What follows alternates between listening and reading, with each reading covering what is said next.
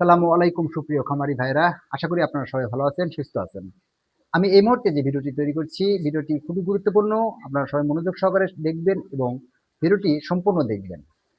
Video করছি যেটা, video আপনারা দেখেন এবং অনেকেই আমাকে জিজ্ঞাসা করেন, "ভাই আমার গরু হিটে আসছে না, আমার বকনা হিটে আসছে না বা আমার গাভী হিটে আসছে না, কেন আসছে না এবং কি করলে হিটে আসবে?" তো এই নিয়ে আজকে আলোচনা করব এবং বিস্তারিত বলার চেষ্টা করব। আপনারা আমার পাশেই থাকবেন, সাথেই থাকবেন এবং সম্পূর্ণ ভিডিও দেখলে আশা করি এখান থেকে উপকৃত হবেন। তো বন্ধুরা, এই যে গাভী বলেন আর বকনা গরু বলেন, আ মানে গাভী দেখা যাচ্ছে বাচ্চা দিয়েছে, বাচ্চা দেওয়ার আর ৫ মাস, ৭ মাস, ৮ মাস চলে যাচ্ছে, হিটে আসতেছে না। বা বকনা বড় হয়ে গেছে, হিটে আসতেছে না। তো এরকম যারা নতুন খামার করে আর অনেকেই এই হিটে আসা লক্ষণ বুঝতে পারে না বা হিটে আসছে কিনা বুঝতে পারে না। যে কারণে অনেক সময় লসের শিকার হয়। আর যারা গাভী লালন পালন করেন, যারা দুধের জন্য গাভী লালন পালন করেন বা বাচ্চার জন্য গাভী লালন পালন করেন, তাদের সবচাইতে প্রধান লক্ষ্যই হচ্ছে গরু বছরে একটি বাচ্চা দিতে হবে। আর সেটা প্রজনন ক্ষমতা যদি ভালো থাকে এবং প্রজননটা ভালো হয় তাহলেই সে লাভবান হয়। যদি দেখা যাচ্ছে একটা বাচ্চা দিয়েছে ২ বছর ৩ বছর পরে আরেকটা বাচ্চা দিল। তো এরকম যদি হয় তো ওই গরুকে খাওয়ানো এই সেই করতে সে শেষ হয়ে যাবে। সে খামারি কখনো লাভবান হতে পারবে না।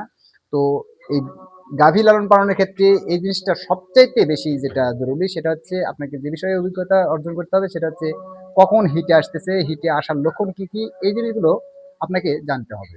তো গাভী যখন হিটে আসে সেটার লক্ষণ কি এবং গাভী কেন হিটে আসছে না এটা বোঝার কারণ জানতে হবে। তো আমি এ বিষয়ে সম্পূর্ণ আজকে আলোচনা করব।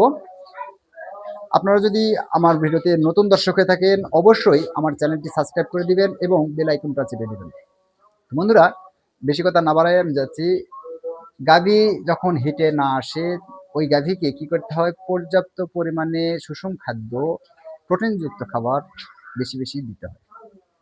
আর সাথে ভিটামিন মিনারেলস পর্যাপ্ত পরিমাণে দিতে হবে। হিটে যদি না আসে, গরু যখন হিটে আসছে না বা হিটে আসে বোঝা যায় না। মানে গরু হিটে আসলে যে ময়লাটা আসে, মিউকাসটা আসছে, সেটা আসছে কিনা আপনি বুঝতে পারতেছেন না। তো এই ধরনের গরুর আমি মনে করি হরমোন অথবা মানে কিছু সমস্যার কারণে এই ধরনের সমস্যা হয়। তো এই ধরনের সমস্যা যখন হবে তখন আপনি কি করবেন? গরুকে বেশি প্রোটিনযুক্ত খাবার, গরুকে বেশি মানে ক্যালসিয়াম এই সে হাবিজাবি। তো প্রথমেই যেটা করবেন সেটা হচ্ছে গরুকে কৃমি মুক্ত করবেন।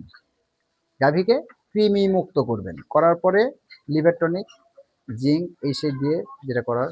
আর সাথে একটা ইনজেকশন আমি যেটা ব্যবহার করি এবং সেটা আমি রেগুলারই মোটামুটি ইউজ করি, সেটা হচ্ছে ১ মাস বা ২ মাস পরই যেটা আমি ইউজ করি সেটা হচ্ছে রেনাসল এডি। রেনাসল এডি। তো এই রেনাসল এডিটা আমি মনে করি গাভী হিটে আনার জন্য খুব উত্তম একটা ওষুধ। রেনাসল এডি ব্যবহার করলে গরু এত ভালো মানে করে এবং হিটে যে আসছে, হিটে আসার পরে ওই গাভীটা মানে বীজ দেওয়ার পরে এত ভালো রেজাল্ট আসে, খুব কমই মিস হয় না বলবো না, তবে খুব কমই মিস হয়। রেনাসল এডি ব্যবহার করি আমি। তো এই রেনাসল এডিটা মানে আমি যেটা করি সেটা হচ্ছে বিয়ানোর পর আমি ইঞ্জেকশন কৃমির করি।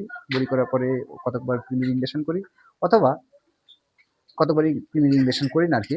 তারপরে কি করি আমি তাকে লিভার টনিক এবং ওই রেনাসল এডি সাথে আমি যেটা করি সেটা হচ্ছে ক্যাটাফস।